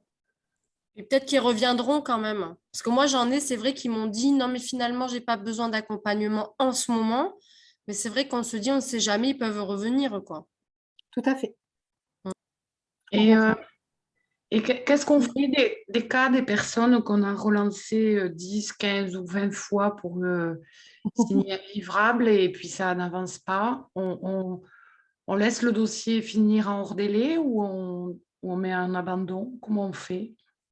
En fait, le résultat sera un peu le même, j'ai envie de dire, c'est-à-dire que dans tous les cas, que tu mettes un abandon ou que tu le laisses passer hors délai chez France Compétences, le résultat, c'est que ce sera un dossier non facturé. Par contre, si tu le mets en abandon, tu le verras sur le SIEVA. En fait, ça va juste changer de colonne. C'est-à-dire que là, pareil, si on se remet sur le tableau de suivi d'activité, si tu laisses l'unité, on va dire, ouverte sur le SIEVA, avec le livrable en attente de signature, c'est un dossier que tu vas retrouver dans la colonne ici des dossiers sans livrable signé. Si à un moment, tu te dis, je l'ai relancé déjà 10 fois et j'en ai marre de voir ce dossier-là parmi mes dossiers là, sans livrable signé, j'en ai marre de le voir, j'ai l'impression qu'il ne signera pas, et bien dans ce cas-là, tu peux en fait abandonner l'UO. Et dans ce cas-là, le dossier il va passer dans la colonne des dossiers abandonnés ici. Par contre, pour pouvoir l'abandonner, si je me mets là sur le dossier, sur un exemple, ça rame un petit peu. Pour abandonner une unité, en fait, il te faudra supprimer le livrable bien souvent. C'est-à-dire que là, donc, par exemple, il y a un livrable en attente de signature, hein, mais tu vois, il n'y a pas le bouton abandon, puisque le SIEVA considère que c'est fini, que c'est terminé, et donc que tu ne peux pas finalement l'abandonner vu que tu as finalisé. Donc, si tu veux le sortir, là, ce dossier-là de tes fichiers là, sans livrable, etc., il te faudra aller dans les pièces jointes, supprimer le livrable en attente de signature, et une fois que tu l'auras fait, il y aura de nouveau en fait là le bouton abandon. Voilà. Et par contre, pour te souvenir que tu avais bien fait le livrable, que c'est le bénéficiaire qui n'a pas signé, etc., mets un petit commentaire sur la fiche bénéficiaire. Voilà, pour dire que tu avais bien fait un livrable, mais que le bénéficiaire, en fait, ne l'a jamais signé. Pour qu'on puisse avoir aussi l'historique. Imaginons ce bénéficiaire, il revient dans le service. Bah, si tu ne l'as pas noté, on n'a pas l'historique, on ne sait pas qu'il y avait déjà eu un livrable qui n'avait pas été signé, etc. Puisque tu auras supprimé le livrable des pièces jointes, donc il n'y aura plus de traces, en fait, finalement, de ce livrable. Ok, merci. C'est dommage qu'on ne puisse pas le stocker. Ouais, pardon. C'est dommage qu'on ne puisse pas le stocker en pièces jointes quand même dans le dossier de la personne. Alors, tu peux, hein, c'est-à-dire que techniquement, tu peux enregistrer le livrable et ensuite tu le retélécharges, mais pas en tant que livrable, en tant que pièce administrative, voilà. Et comme ça, c'est pas mal. Comme ça, il reste dans le SI, tu as raison. En pièce jointe, tu peux aller le chercher. En fait, dans les pièces jointes, là, tu as l'état des lieux. Donc, tu peux tout à fait, alors je ne l'ouvre pas pour pas qu'on voit les détails, etc., mais tu peux tout à fait l'ouvrir, l'enregistrer sur ton ordinateur, tu supprimes celui-là et ensuite tu retélécharges le document en mettant que c'est un document administratif, par exemple. D'accord. Rattaché à l'UO1. Voilà. Ok. Oui, c'est pas mal de le garder. Là, tu gardes une trace. Voilà, ça c'est possible. Et tu mets un petit commentaire sur la fiche bénéficiaire que malgré de nombreuses relances, la personne n'a pas signé. Alors, c'est justement le message, excuse-moi Marie, où c'est que tu le mets le commentaire? Je ne le vois pas, je vois pas où tu peux le mettre. Tu peux le mettre dans la fiche bénéficiaire tout en bas. Là, je ne descends pas parce que je ne veux pas afficher le numéro de téléphone de la personne. D'accord, je comprends. Tout en bas de la fiche bénéficiaire. Ok. Tout en bas. Tu peux mettre un commentaire. Très bien, merci. Enregistré. Une question, Marie. Si on met le livrable en pièce jointe, est-ce que si la personne revient, qu'on refait tout, est-ce que lorsque le dossier est transmis à France Compétences, ce qu'on avait mis en pièce jointe et qui était abandonné est transmis aussi ou pas? Non.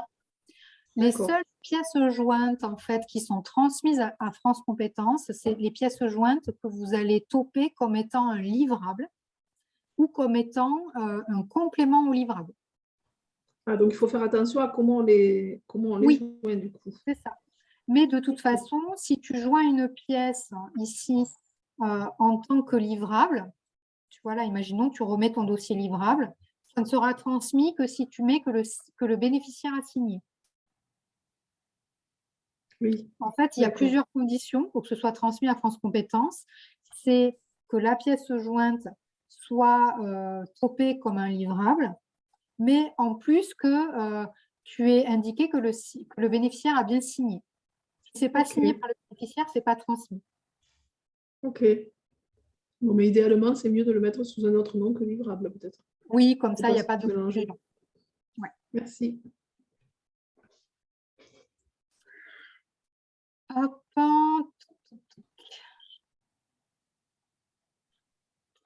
Donc, on va passer du coup à la partie des bonnes pratiques à adopter. Donc, bonnes pratiques pour optimiser l'engagement des unités au fil de l'eau. Donc là, on l'a déjà assez dit, donc je vais aller rapidement. Lors du premier rendez-vous de l'UO, que ce soit l'UO 1 ou l'UO 2.1, l'idée, c'est de renseigner de suite, le jour même, la présence au rendez-vous, donc indiquer que la personne est bienvenue, et de renseigner les informations obligatoires, donc le jour même. essayez de vous y tenir parce que c'est vraiment ça qui va faire que vos dossiers vont être vraiment nickel et que ça va remonter au fur et à mesure chez France Compétences. Voilà, chose que vous pouvez faire, donc c'est vérifier, comme on l'a dit tout à l'heure, que le petit livrable jaune ici apparaît. Ça veut dire que toutes les données obligatoires sont bien renseignées pour l'engagement.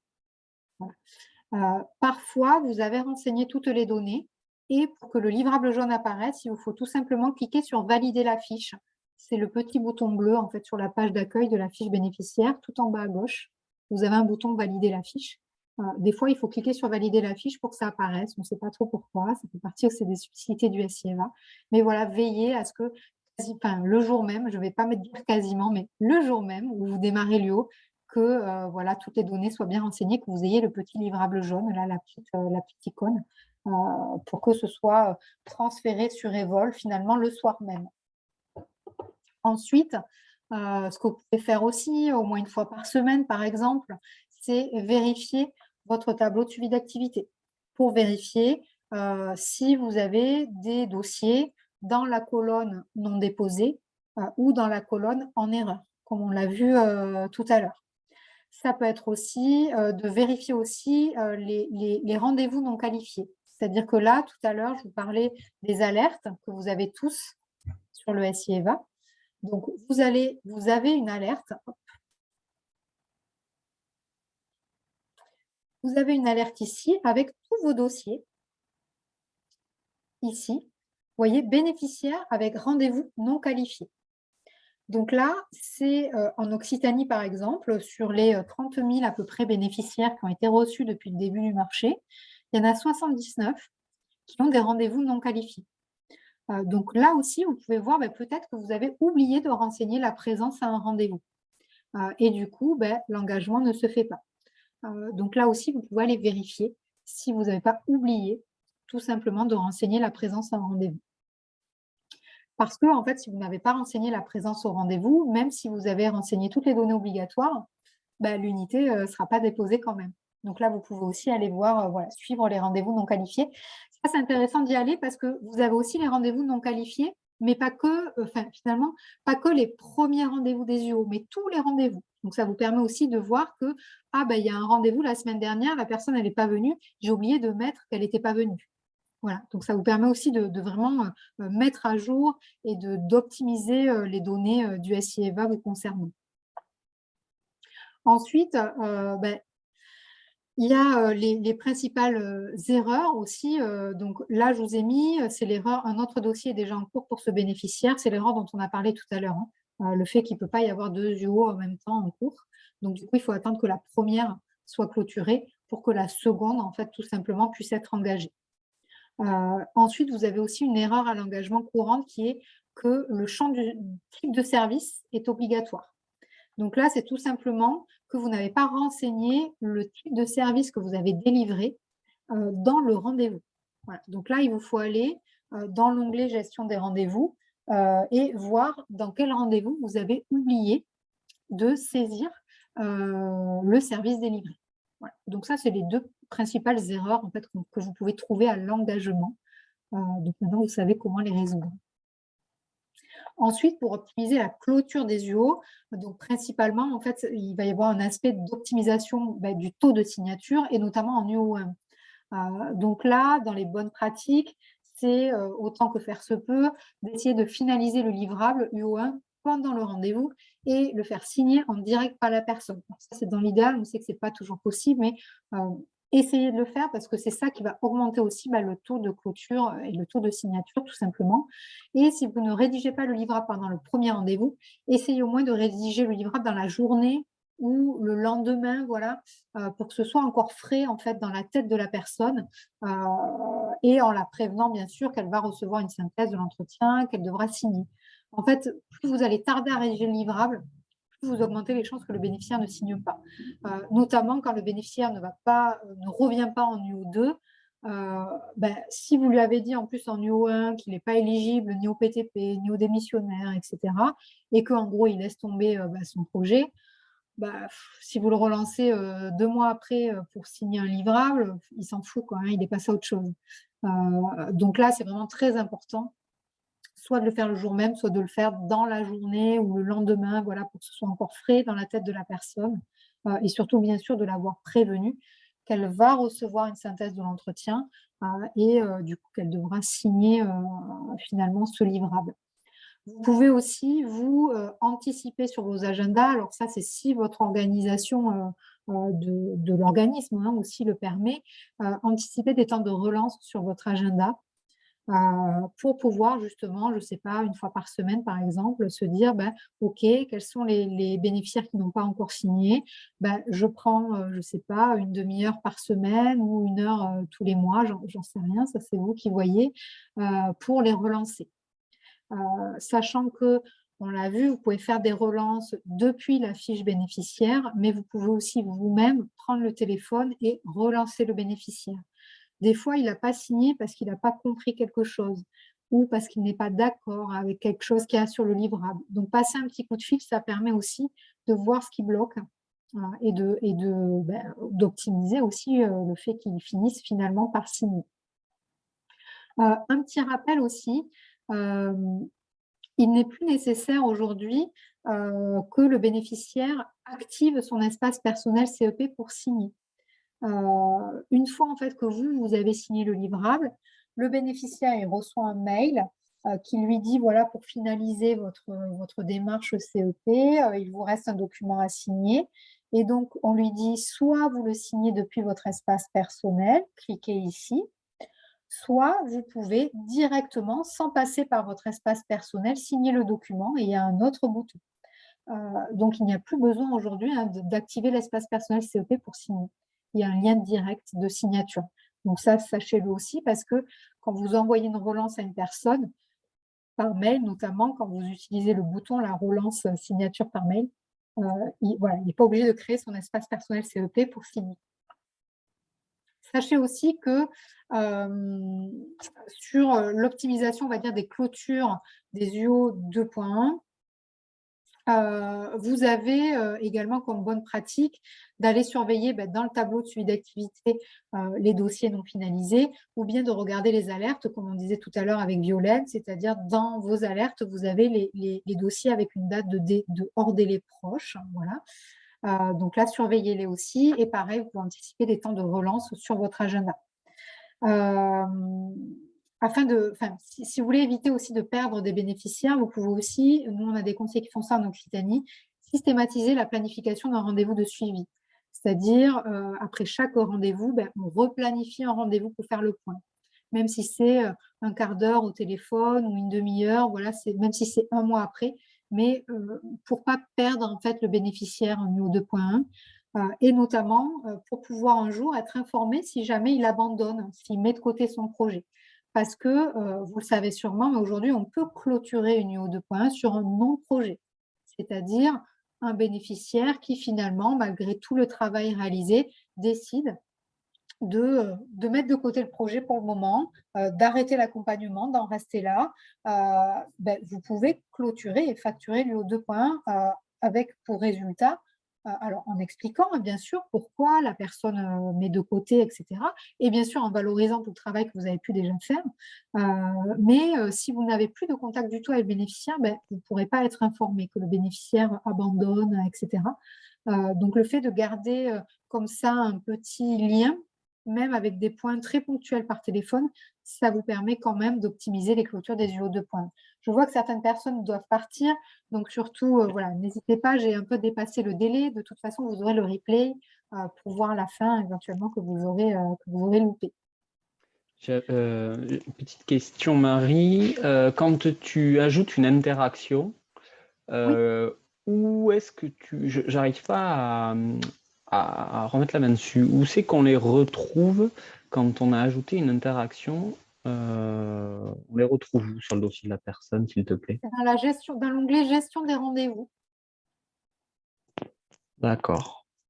Dans l'onglet gestion des rendez-vous, en fait, tu vas avoir tous les rendez-vous, toutes les interactions. En fait, un rendez-vous, une interaction, c'est pareil, en réalité. Il n'y a pas vraiment de différence. C'est juste que sur le SIEVA, quand tu cliques sur sélectionner un rendez-vous, ça va chercher un rendez-vous que tu auras déjà créé sur ton agenda SIEVA, alors que quand tu ajoutes une interaction, tu n'as pas besoin d'avoir déjà créé la plage sur ton agenda. Tu peux l'ajouter comme ça. Mais au final, ça a le même effet.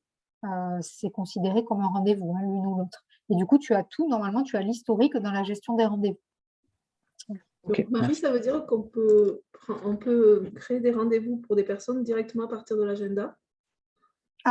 Directement. Par exemple, on en a plusieurs à créer, alors c'est pénible de passer par chaque dossier quand c'est le même jour en plus. Du coup, est-ce qu'on peut le faire directement de l'agenda? Parce qu'il me semblait qu'il valait mieux faire interaction.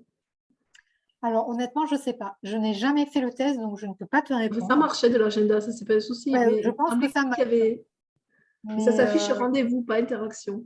Ah, mais c'est pas grave, hein, ça. Enfin, franchement, ça n'a pas d'importance, hein, que ce soit… Il me semblait qu'il y avait une précision qui avait été apportée. Non, alors pour France Compétences, ça ne va rien changer. France Compétences ne raisonne qu'en interaction. Que vous ayez sélectionné un rendez-vous ou ajouté une interaction, c'est le même résultat. Les deux sont transmises à France Compétences et France Compétences considère tout comme une interaction. Donc, c'est juste une distinction sur le SIEVA.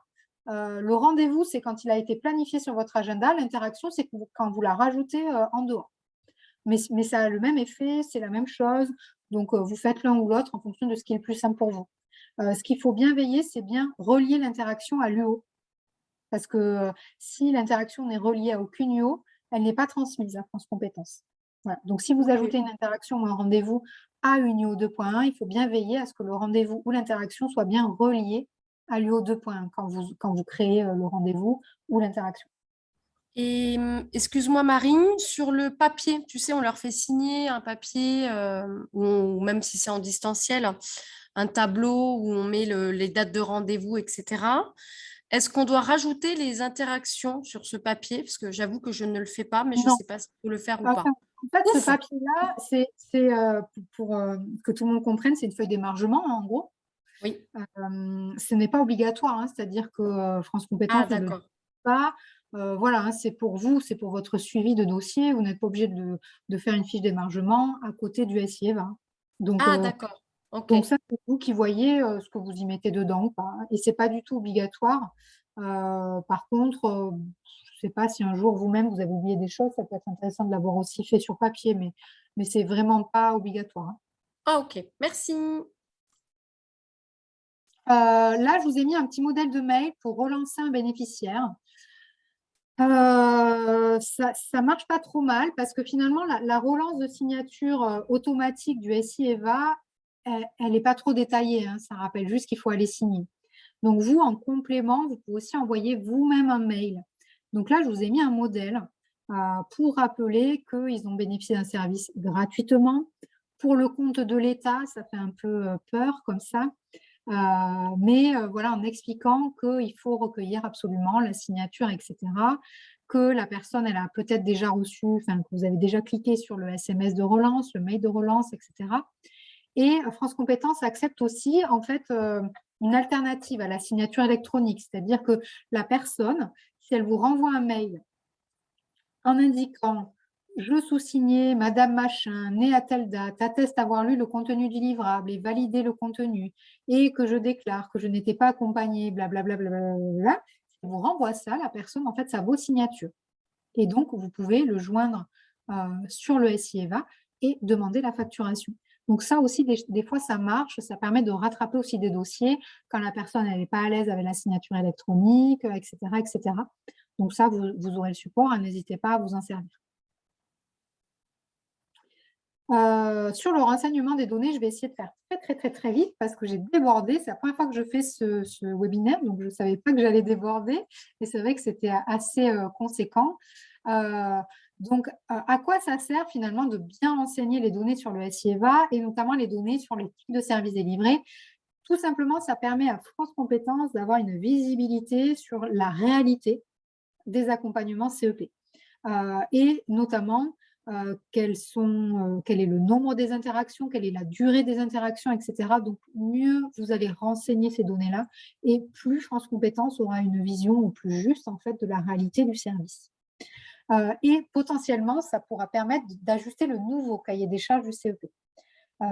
Si vous ne renseignez que la moitié de vos interactions, France Compétences ne voit que la moitié de vos interactions. Et donc, nous, quand on argumente auprès de France Compétences, quand on leur dit, vous savez, il y a beaucoup d'UO 2.1 qui durent beaucoup plus que 4 heures.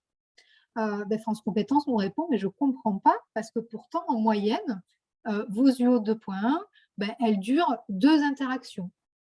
Voilà. Donc, nous, face à ça, on ne peut pas dire grand-chose. Effectivement, si vous ne remplissez pas bien les interactions, si vous ne renseignez pas en fait tous les services que vous avez délivrés, forcément, c'est compliqué ensuite pour nous, mandataires, d'argumenter auprès de France Compétences qu'il faudrait rallonger la durée du NUO 2.1, par exemple, dans le nouveau marché. Donc ça, c'est vraiment très important de renseigner vraiment tous les types de services que vous délivrez et surtout toutes les interactions. Alors, bien sûr, ne renseignez une interaction que quand vous avez délivré un service. Si c'est juste le bénéficiaire vous a appelé pour vous dire « mon dossier a été accepté » et que vous n'avez délivré aucun service, on est d'accord, on ne saisit pas l'interaction. Là, je parle vraiment de renseigner les interactions au sein desquelles vous avez vraiment délivré un service CEP. Je vous rappelle ici les types de services délivrés que vous pouvez sélectionner en fait sur le SIEVA. À gauche, vous avez les services qui ne sont que dans le O1. Ensuite, là, à droite, vous avez ceux qui viennent en plus dans le cas de l'UO 2.1. Donc là, en fait, c'était très, très, très large ce que vous pouvez sélectionner. Vous pouvez en sélectionner plusieurs. C'est-à-dire que si vous avez à la fois délivré un service d'écoute et d'échange à la situation professionnelle, mais que vous avez aussi informé sur le dispositif démissionnaire, n'hésitez pas à saisir les 2 services. Voilà, pour montrer aussi la richesse du service CEP. Ne vous contentez pas que d'un service si vous en avez délivré plusieurs. Essayez aussi d'être le plus précis possible. Par exemple, si vous avez renseigné une personne sur le PTP et sur le démissionnaire, renseignez plutôt information PTP plus information dispositif démissionnaire plutôt que de juste renseigner information dispositif financement et structure. Alors, je sais que pour vous, c'est plus rapide d'aller sélectionner juste information dispositif, mais en fait, nous, ensuite, quand on fait… Alors, quand je dis nous, c'est le mandataire ou France Compétences. Mais du coup, quand on veut faire des analyses, c'est-à-dire qu'on veut voir, par exemple, en UO1, pourquoi les bénéficiaires nous sollicitent le plus souvent. Si vous avez mis information dispositif, ça ne nous en dit pas trop. Par contre, si vous avez mis information PTP, là, on peut dire ce bénéficiaire-là, il est venu pour du PTP. Et donc, pour nous aider à analyser le type de recours au service et les services qui sont principalement délivrés, c'est mieux d'être précis et de renseigner finalement un service hyper précis plutôt que quelque chose de très large. Voilà. Une petite question, Marie. Quand on fait une recherche de formation avec les bénéficiaires sur le CPF ou autre, me former en région, etc., lequel on choisit? Parce que je ne sais pas, concrètement. J'ai piqué ça à Thomas de Grand Est. J'ai trouvé ça sympa. Là, ça vous donne des exemples. Donc là, par exemple, quand vous recherchez ou comparez des offres de formation, vous pouvez en fait sélectionner le service, par exemple, d'élaboration d'un parcours de développement des compétences. Parce que c'est ça, en fait, c'est on élabore avec la personne un parcours de formation. Oui, mais il n'est pas proposé quand tu dis la présence au rendez-vous. Dans mes souvenirs, il n'est pas proposé. Alors, tu as raison, regarde, il n'est proposé que dans les services de l'UO 2.1. Ah, et du coup, c'est vrai qu'en U1, quand je fais une recherche de formation, je ne sais pas trop quoi choisir. Alors, je mets information, dispositif, financement et structure. Parce que dans structure, je me dis qu'il y a peut-être les organismes de formation. Tout à fait. Tu as raison, okay. C'est celui-là. Et par contre, tu le fais dans le cadre de l'UO 2.1, si tu vas vraiment sur quel parcours de formation je choisis par rapport aux compétences. Oui, ça, c'est bon. Parcours de développement des compétences. Oui. Exactement, tout à fait. C'est juste que France Compétences, en fait, considère qu'en UO1, on va plutôt informer, alors qu'en UO 2.1, on va analyser, tu vois. On va élaborer. Je comprends. Ok, merci. Donc là, vous avez quelques exemples, comme on est déjà en retard, on ne va pas s'y attarder dessus. Et ensuite, vous avez également, alors non, je vais dire, je vais pas tout mettre dans le même panier, mais c'est vrai que parfois, on a des erreurs de saisie. Donc, c'est des choses qui se ressemblent, mais par exemple, des fois, on a un service renseigné appui au dossier transition collective, alors qu'en réalité, c'était un appui au dossier PTP.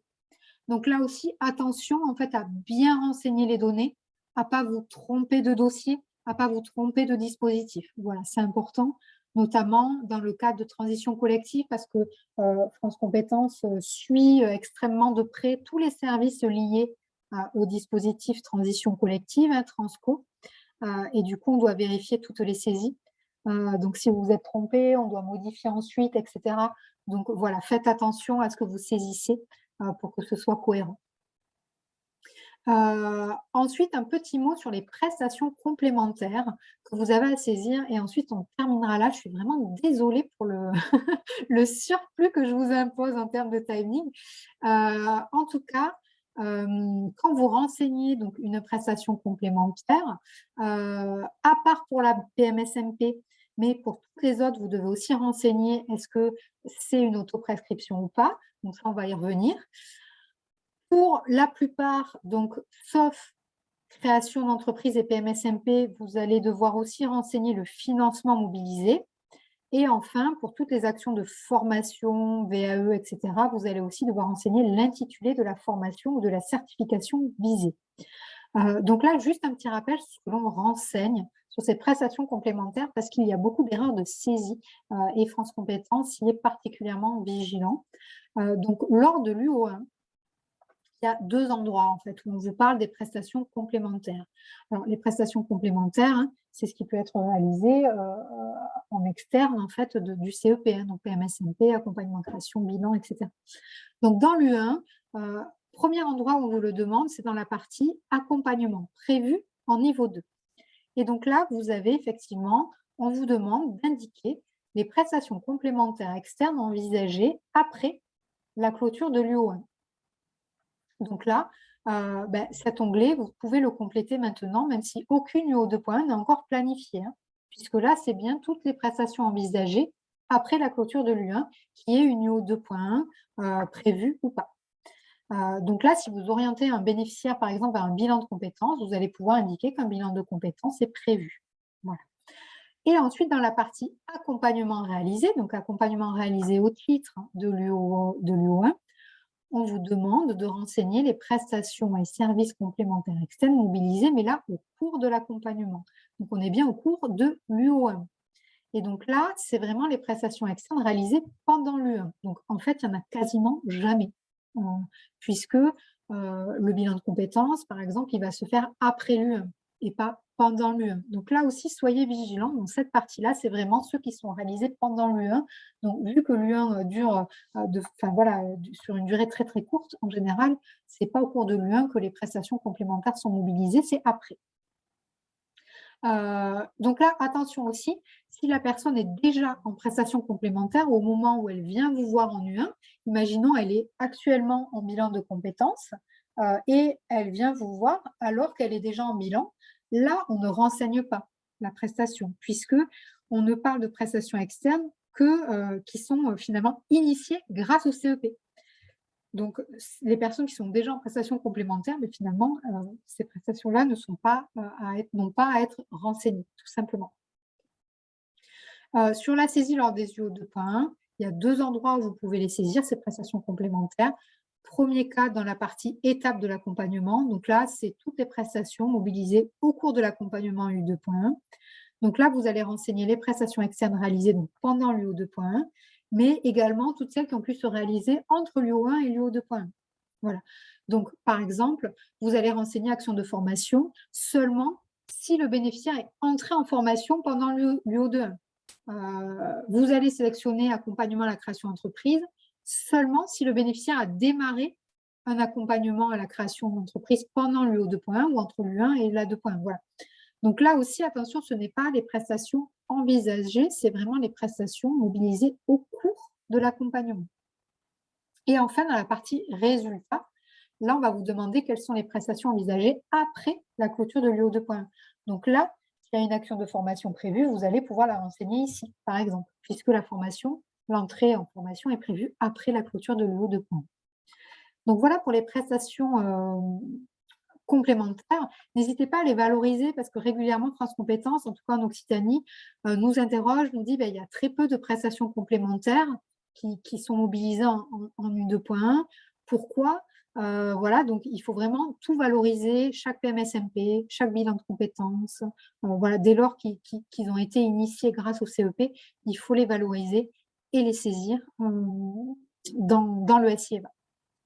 Et ensuite, vous allez devoir renseigner l'autoprescription.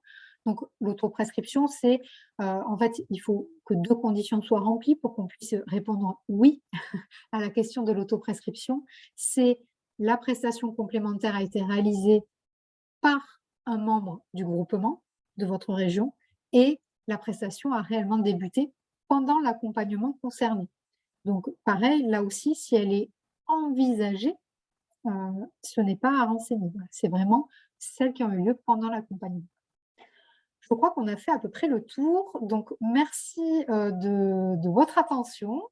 Je suis désolée pour le dépassement du temps. J'espère que ça vous pénalisera pas trop pour votre fin d'après-midi. Je vais arrêter du coup l'enregistrement